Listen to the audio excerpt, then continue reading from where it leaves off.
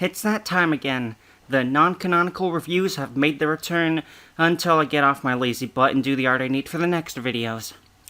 Anyways, before I get even more off track, this is going to be a more special video.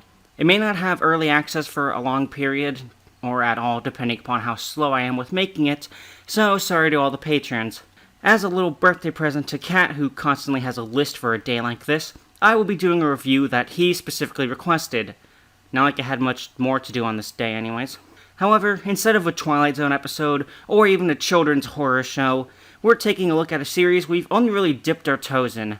That show being the 3D animated Star Wars The Clone Wars.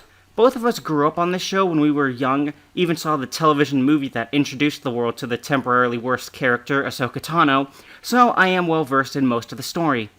There are things I've forgotten, and even some episodes I haven't seen, with me actually refusing to fully watch one specific episode still. Thankfully, I'm not doing that episode for this review.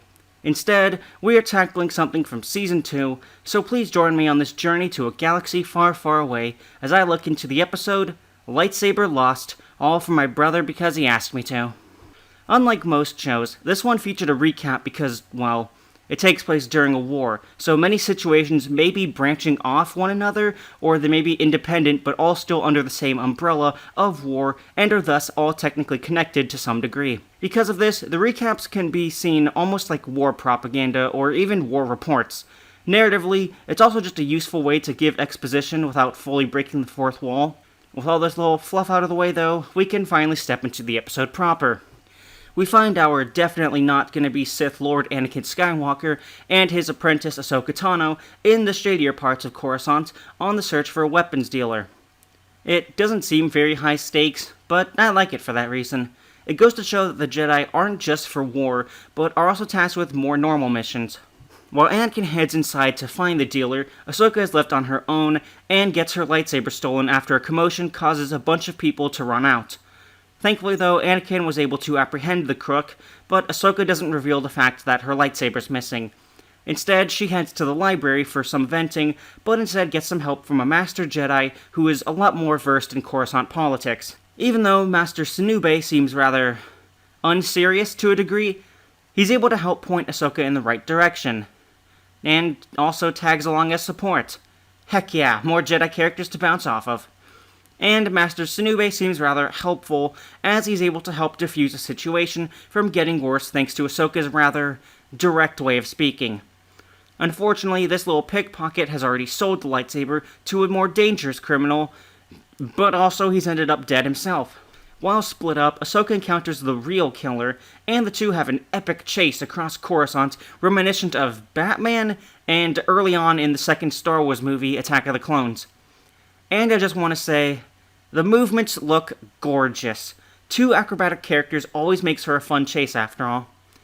However, back with Sinube, he does some snooping and detective work of his own as he prods the girlfriend for more information, even planting a tracker on her without her knowing. With some back and forth between Sinube and Ahsoka, and creative thinking on Cassie, the killer's part, both of the girls get away until Sinube comes to pick up Ahsoka in a speeder bike and lead her to confront the pair at the train station for one final encounter. After a hostage situation, because why not throw that in? We also get a rather nice ending of Ahsoka passing on knowledge to the even younger generation. It's just a shame these kids will never be able to use it. So, first off, the lesson, because this was back in the day when a lot of shows geared towards children and even teens would try to pass on wisdom. This one is rather simple, with it being that sometimes patience can go a long way. And yes, I am aware that it's much different from the opening, easy isn't always simple. However, given how much Sinube talks about how Ahsoka should practice patience, it's evident that that's the real lesson.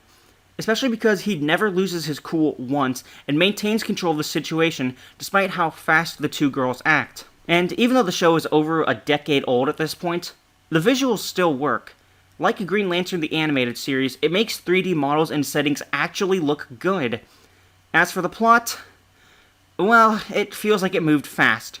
So much happens in this one little plot, and part of me feels like that could be the point, as Ahsoka really does want to speedrun retrieving her lightsaber, but at the same time, it makes writing a script hard, because I can't write a lot about each scene. In spite of that, though, I think the writing is good for this episode.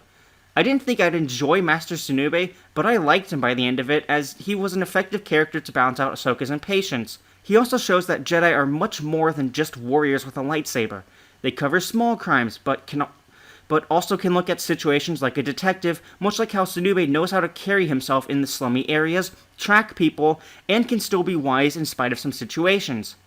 He's a great Jedi Master, and I'd love to see him teach more Padawans. And although this is a much more low-stakes situation, it's a great lesson to help round out Ahsoka, as she's still rather green when it comes to being a Jedi. And, I said it before, but the fight scenes are amazing. They really take full use of their environments and skill sets. It's not just a Jedi completely stomping some assassin in a 1v1 arena, but instead a killer who doesn't know how to immediately use a lightsaber, and two very acrobatic girls that can traverse moving traffic like it's a minor annoyance. I really do wish I had more to say on this episode, because it is rather enjoyable. If you haven't watched Star Wars The Clone Wars somehow, you definitely should. It's really good. I'm even going to give this episode a 9 out of 10. Pacing is really the only issue I had, but everything else is so great, so the episode definitely deserves a watch. Hope that's an acceptable score, and this is an acceptable review, Cat, and, happy birthday.